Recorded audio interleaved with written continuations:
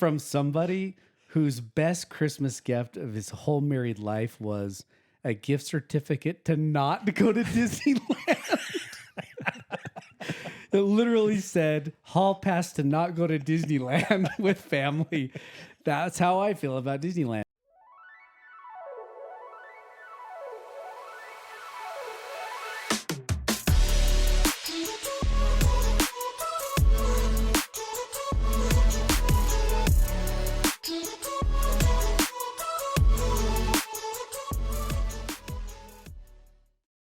Hey, well, welcome back to BrainStoke.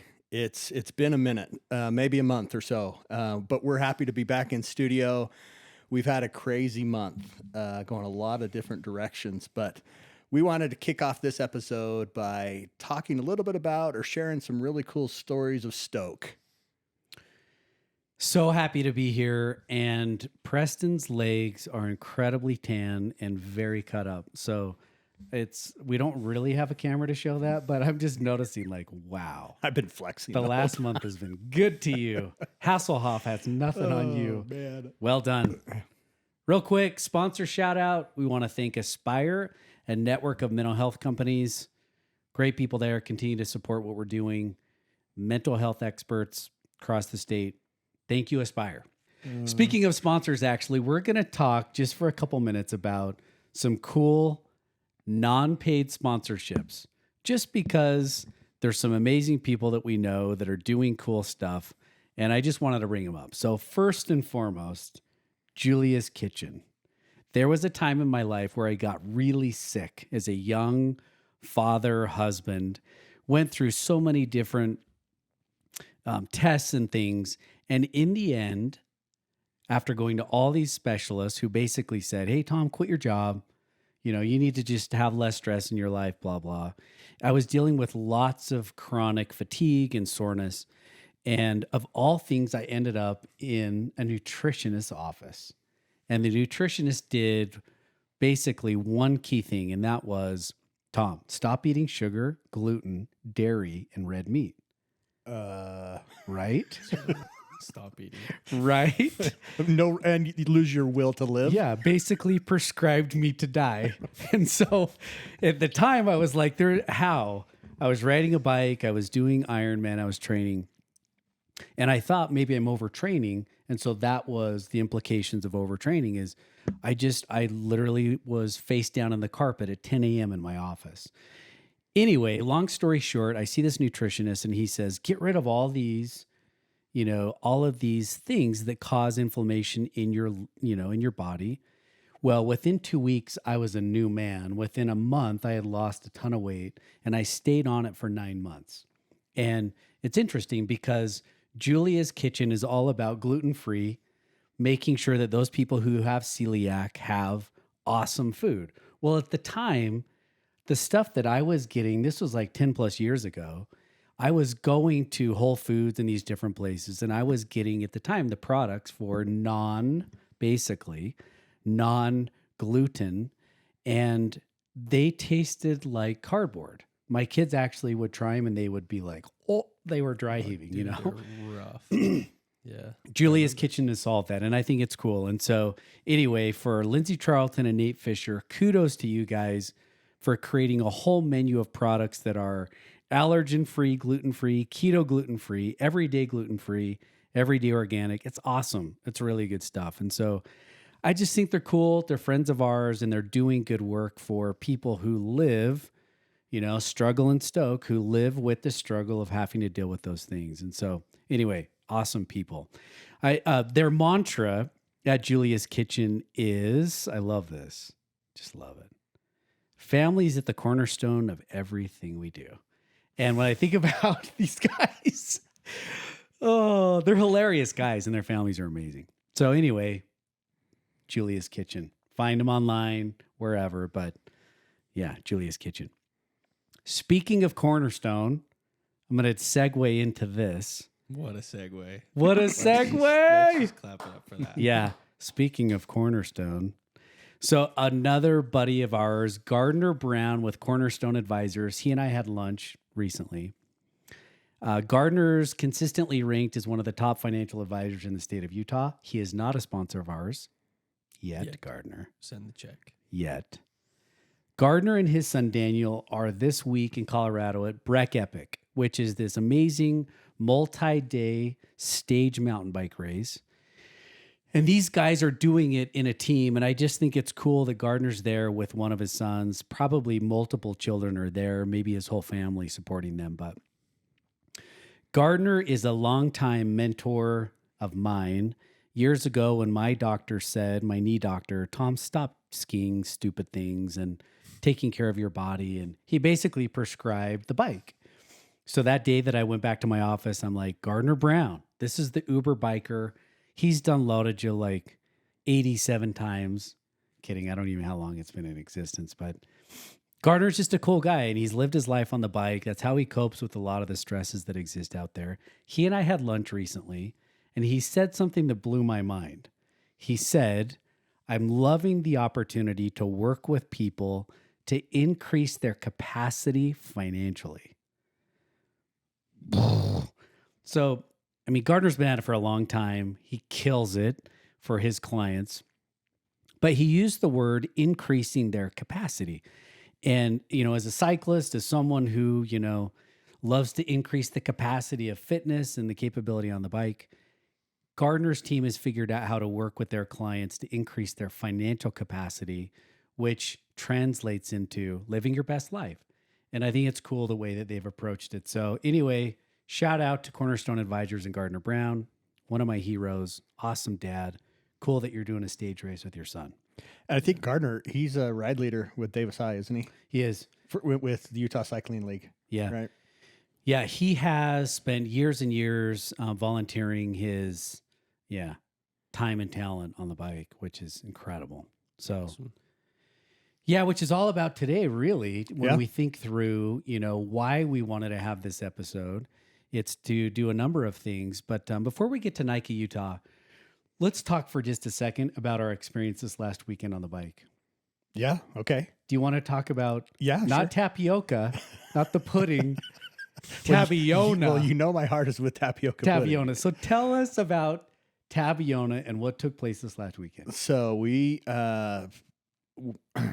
because we're both racing or riding Lauderdale, racing is probably the wrong descriptor. Yeah, you think? You think? Yes. Touring. Let's say doing the Loaded tour.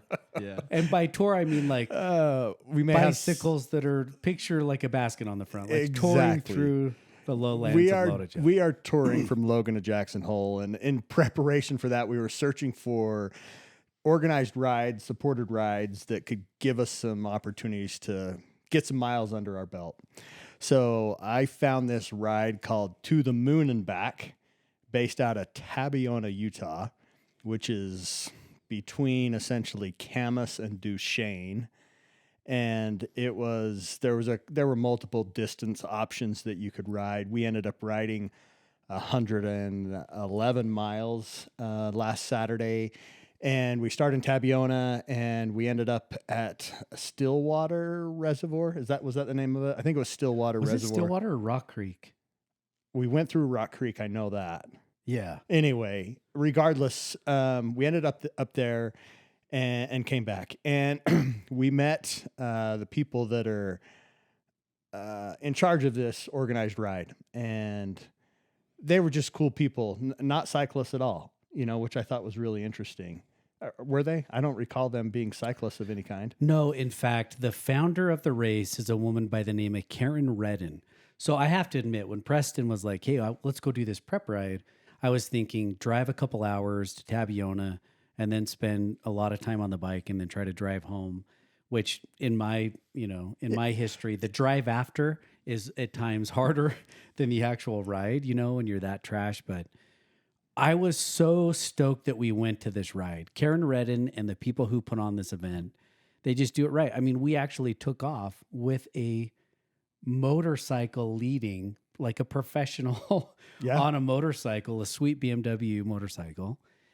BMW sent the check. And it was just cool to have someone lead us out and to stay with the peloton. And it was cool. An amazing day. Yes, it did go to Stillwater Dam. But right now, because of all that's going on, we won't spend a lot of time talking about the movie about child or human trafficking. But before that movie came out, and before that organization who leads, that charge, there was people like Karen Redden and her family and sister and her husband and all these people who have been putting on this ride to fund and help human trafficking, anti-human trafficking efforts. And anyway, when I read the website, which is to the moon and back, -events.com, once I had read the description on her history, I'm like, I'm going. Yeah. Of all the things to spend money on to go and support, this is the kind of rides that I would want to do. It was awesome. And the support was great. I mean, the food was awesome. I think they had rest stops or food stops every 12 miles. Yeah. So like if you were in a bad way, you knew you make it a couple more miles and you can find a rest stop and some food. And Yeah. it made for an easy way to get some good miles without a lot of stress. Yeah, and stunning terrain in terms of where you went. So you left Tabiona, you end up, going eastbound towards Duchesne, and then you go north towards Mountain Home, and then you go out towards Stillwater Dam, come back to Mountain Home, and then go towards Moon Lake, which is right at the base of the Uintas. So anyway, super cool. What would you say? We rode the day with a friend of ours, Justin Steele, and we laughed a lot of the car ride there and the actual ride itself. Preston can't stop laughing, but can you deliver the line of the day? Like when you go on long rides with your friends, and for a lot of our listeners, they know this, there tends to be 2 to 3 zingers throughout the day, kind of showstopper comments that were made or things that occurred. Luckily, there was no crashes, no significant bonking on the side of the road, but share with our listeners. I'm going to do my best. I'm not going to do it. Justin I'm not going to do it justice.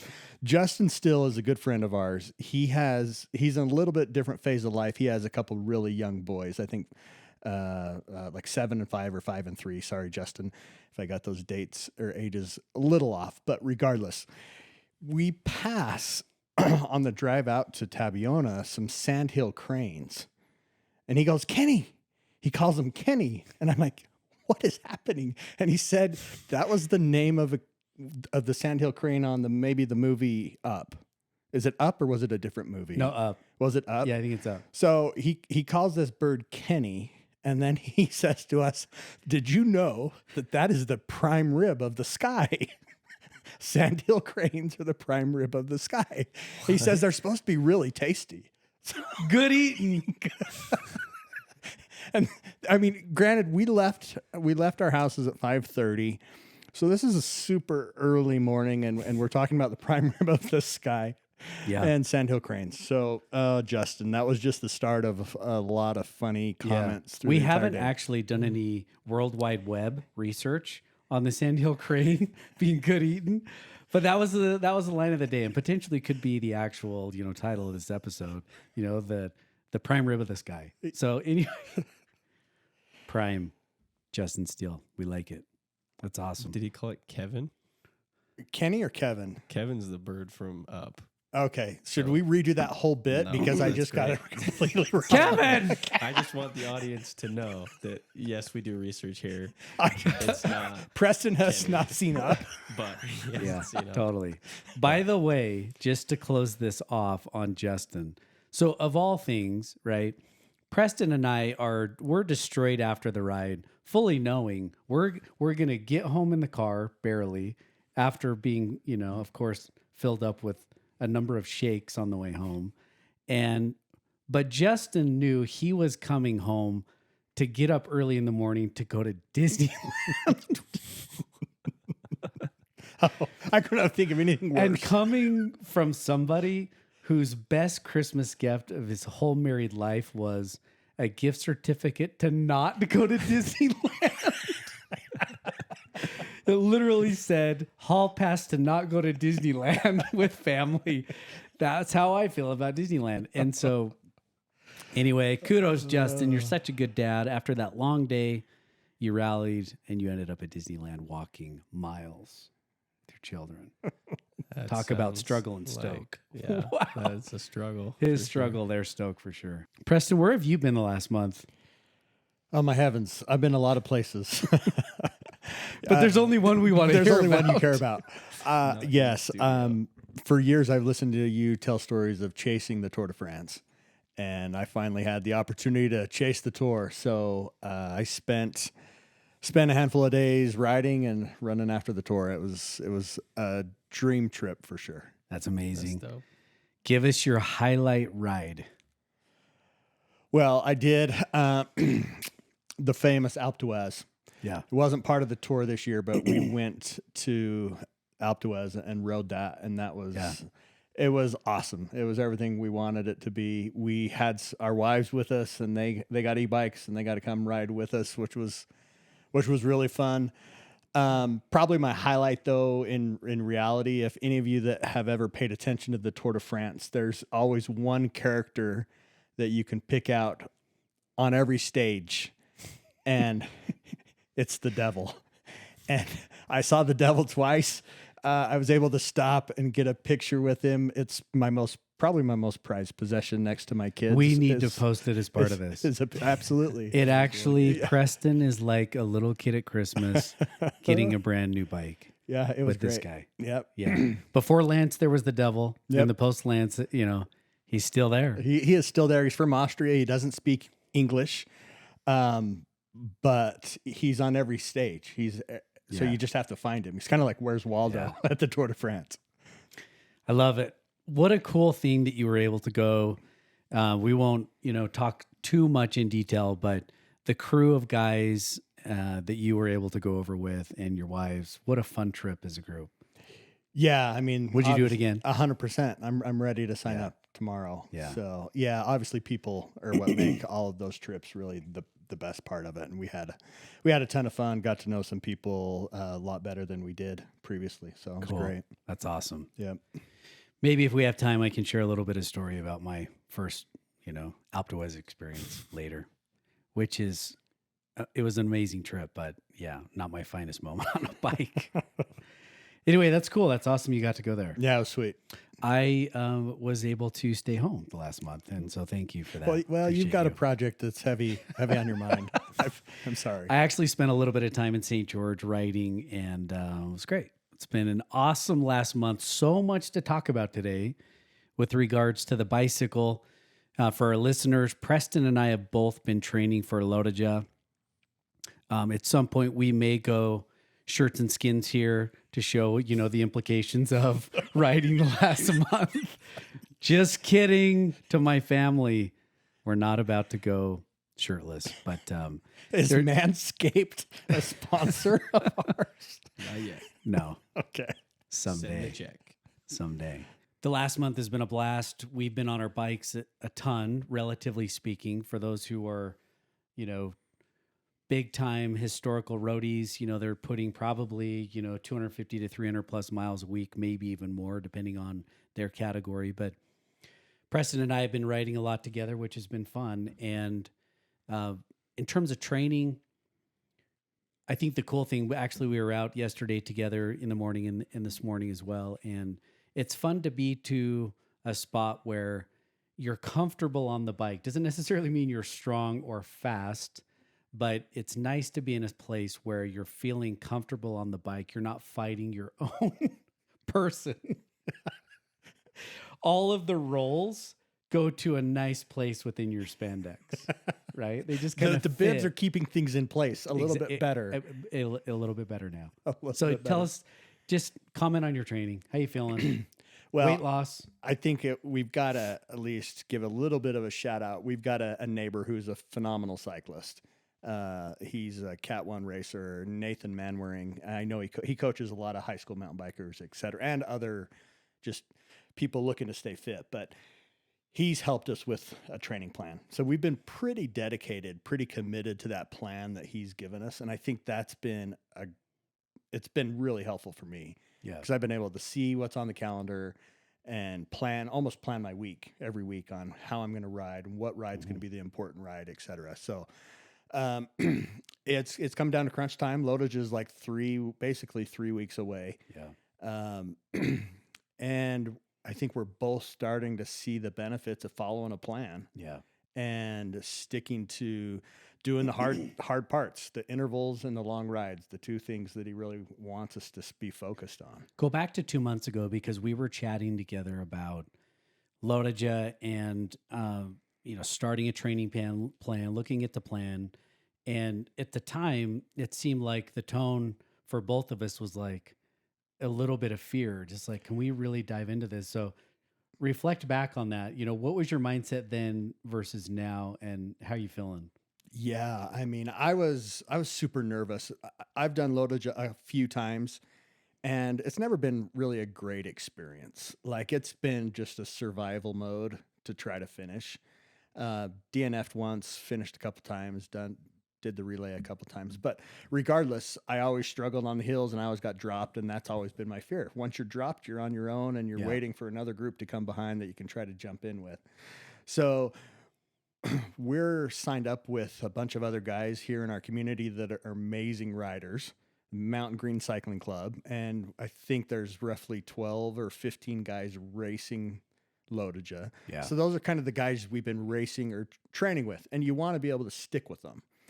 And it's hard to, because they're all super fit and they all go uphill really well. So June and even in July, I was really nervous and scared. And not that I can climb with them now, but I'm a lot more comfortable and confident because I followed the plan. Yeah.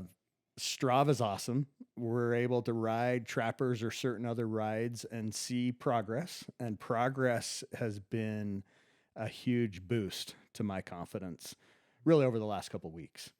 What are the couple things, like on Strava in particular, that you would look at and you would compare, where you would go, yeah, that the shot in the arm from a positive perspective or feedback results is helping you go, oh yeah, there's progress here? Yeah, I mean, well, first off, time up a ride. So like a common ride here is to climb trappers, and Yeah. for 9 years, I've never been able to break 30 minutes. And my best time ever was 27 minutes.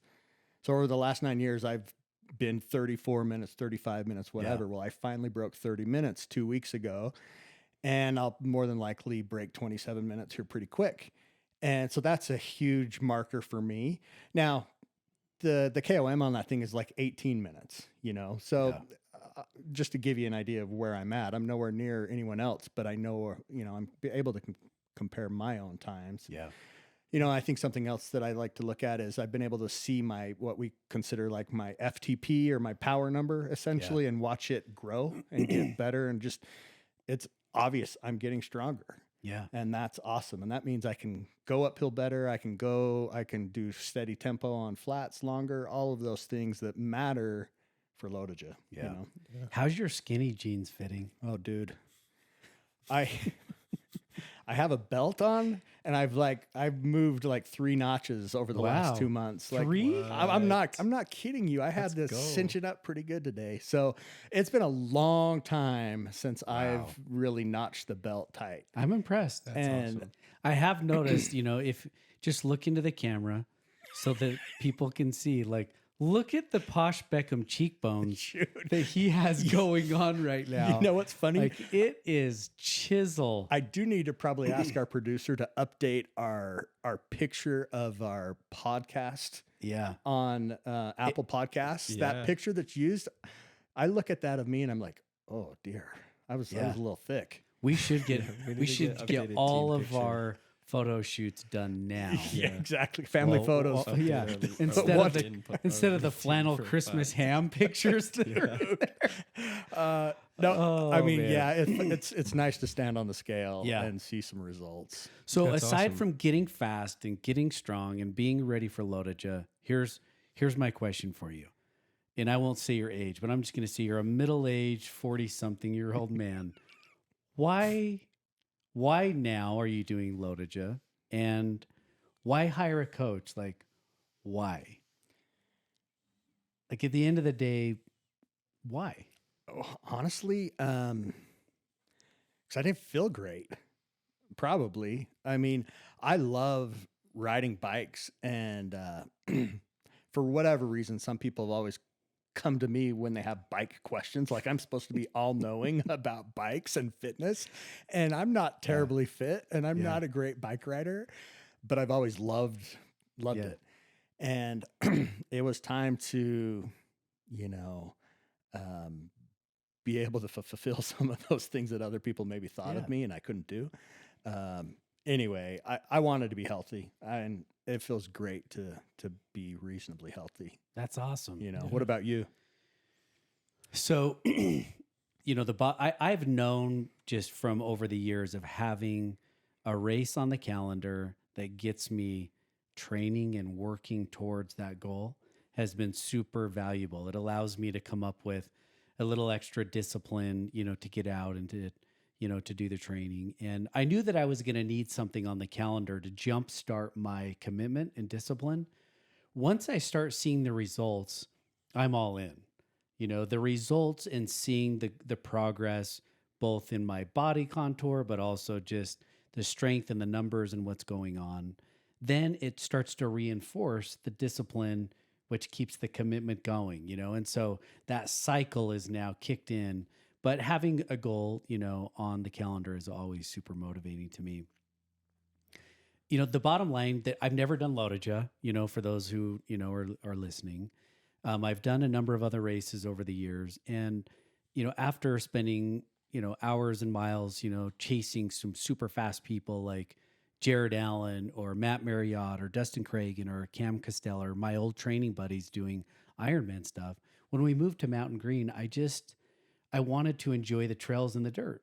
And so I kind of put away, not entirely, but I just did very little on the road bike. But admittedly, we started hanging out with this Mountain Green Cycling Club group of people, and they're just good guys. They're good humans.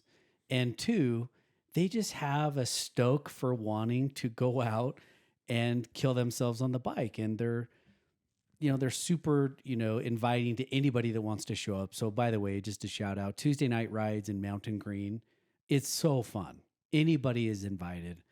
Anyway, if you want to learn more, please join us. But that group of people just kind of re-shot something in me of, hey, it's time to mix it up. It's time to mix up training and to have another goal. And it's just been an absolute blast. And so even though not a lot of training has gone on entirely with that group, it's been super fun to spend time on the bike with you and to, you know, my youngest son is now getting into riding, and it's just been fun. It's been a blast. So yeah, it's been fun to mix it up. And, you know, there's, loadage is not easy, right? It's going to take us 10 hours and it's 204 miles.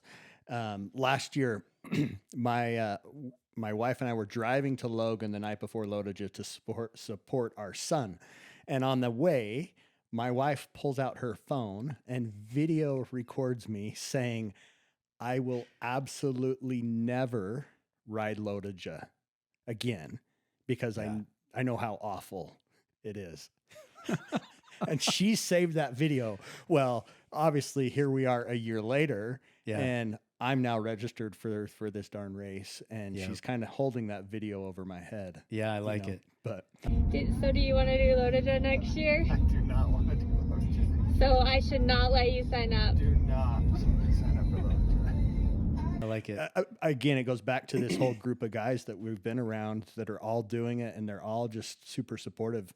And that's what, you know, helped me make the commitment to jump in. For sure. You know? Yeah. I mean, positive peer pressure. It's an interesting thing. We tend to say like peer pressure is a negative thing to make poor choices, but positive peer pressure on the flip side, good people doing good things and encouraging you to do good, hard things, you know, is awesome. And I know in our coaching and training of younger mountain bike racers, you know, on the teams we've been involved with, we've often talked about good hurt. And this has been a summer of good hurt. For sure. You know, I mean, although we are hurting our backs, you know, we're old. And so spending the time on the bike, it hurts, but it's been a good hurt. So funny enough to our listeners, we're going to have to post this clip because there was a day where I was toying back and forth, like, do I sign up for Lotoja? What do I do? Well, I was out on a ride one day and it was in the spring and I saw an eagle up in a tree. And I just pulled over and I'm like, it's a sign. This is a true story. True It's story. It's absolutely true. And you'll see if we post this, we will post this. But I just asked the eagle what I should do. Oh my word. I think it's a sign.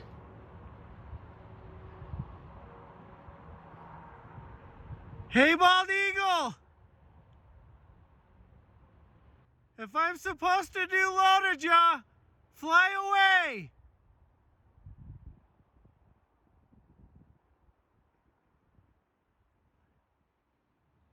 Okay, I'll give him 10 seconds.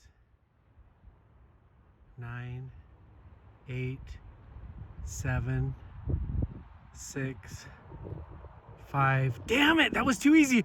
I meant catch a fish. That's what I meant. Go catch a fish if it's a sign. And the rest is history. So yeah, I asked an eagle and it told me, and yeah, I'm in. What do you think it is about that for you guys? I mean, I have personally done P2P twice now, and you guys have done thousands, if not more, endurance races like that more than I have. And it's like, it's one thing to like go out there and like you're saying, like Lodaja has like a whole thing on their website about like, are you racing or are you riding? Like type of thing. And like you're saying, oh, you're going to go out and do the tour. But it's like, what do you think it is about that good hurt of like a P2P or like an D.O.S.E that's 12 hours long, or you've got Lodaja, or I mean, the Tour de France is a month long slog of like that type of riding. What do you think it is about those types of rides that just makes you want to just go out and destroy yourself? I think it goes back to one of the main tenets of BrainStoke, back to the 5 S's that we've talked about ad nauseum on these podcasts before. But the sweat and the sun provide a lot of therapy to me. Healthy. It feels so good to sweat and to hurt, and to be outside. And I mean, that's one for me. That's obvious. 100%. It is doing these types of events. It gets in your blood because the feelings that you get when you go out and get the serotonin going, in your body just feels amazing. And when you add the layer on of Stoke with your friends doing the same stuff, then now you've got this, serotonin smoothie that's rolling and everybody's, giddy to have it. And so I think that there's something to that, but JT, to a broader discussion, maybe another time, but I've often wondered, what is it about having to do something hard that there's something inherently within us as humans that wants us to test ourselves, our potential, to Gardner Brown, what our capacity really is. And there's a quote, a saying that I loved.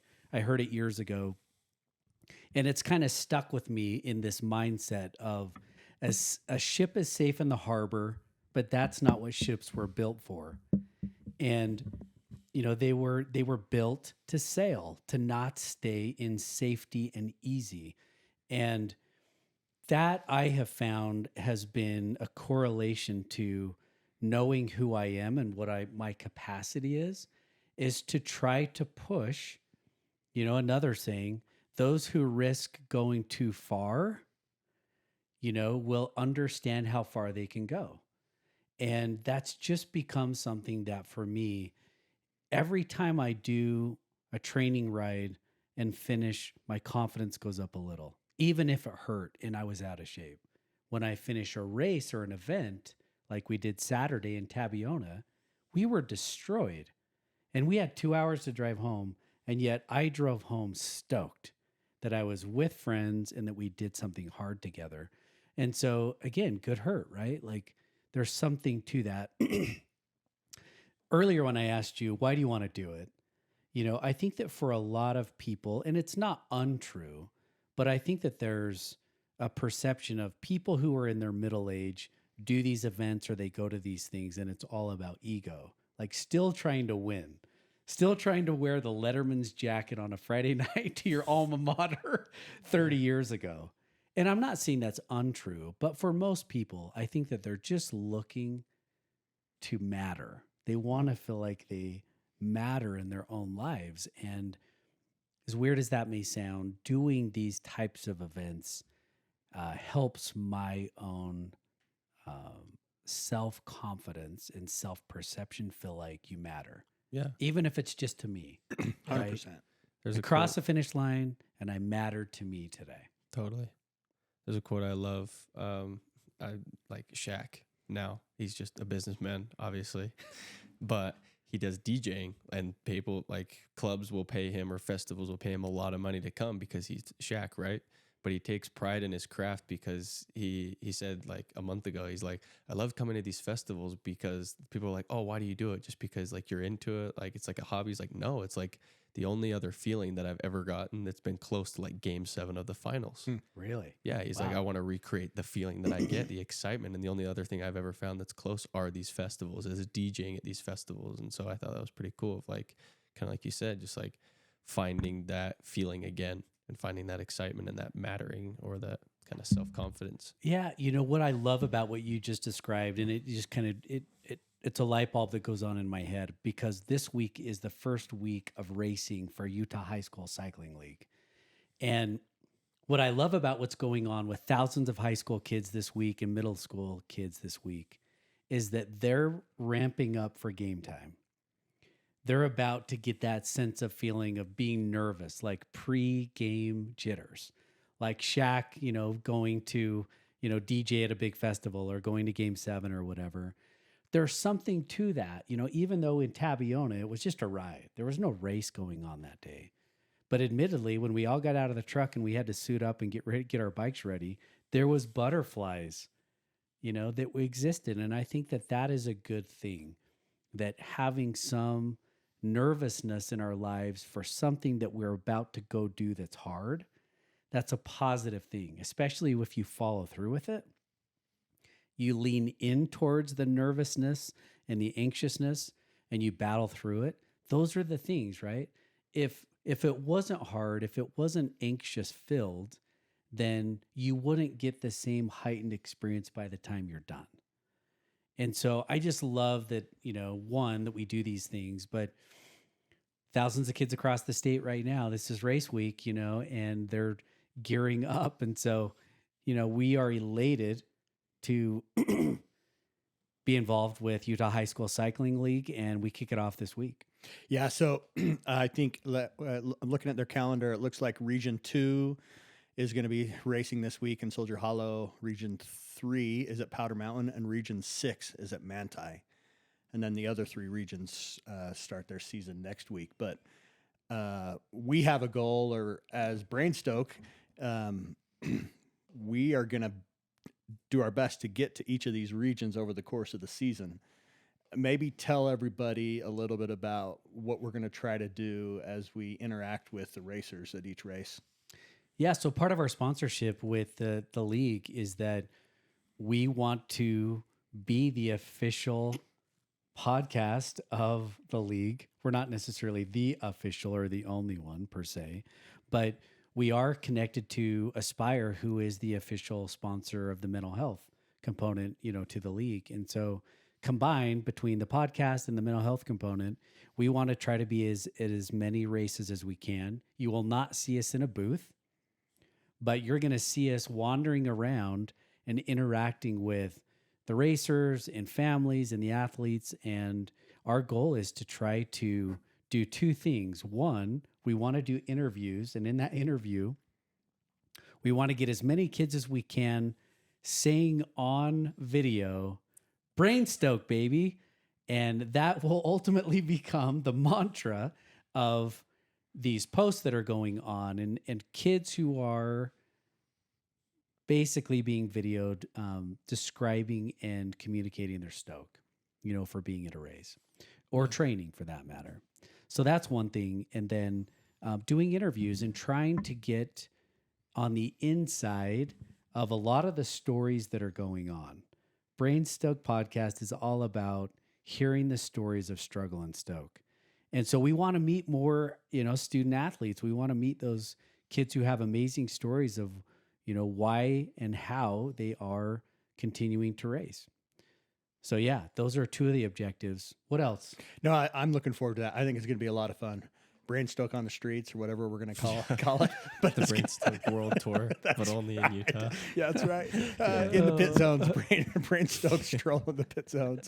But it's going to be fun to do those interviews with those kids. I'm really looking forward to that for sure. Yeah, we're excited. Please come up to us. We're going to have, most likely, we're going to have stickers and stuff. Please come up to us. Tell us your stories.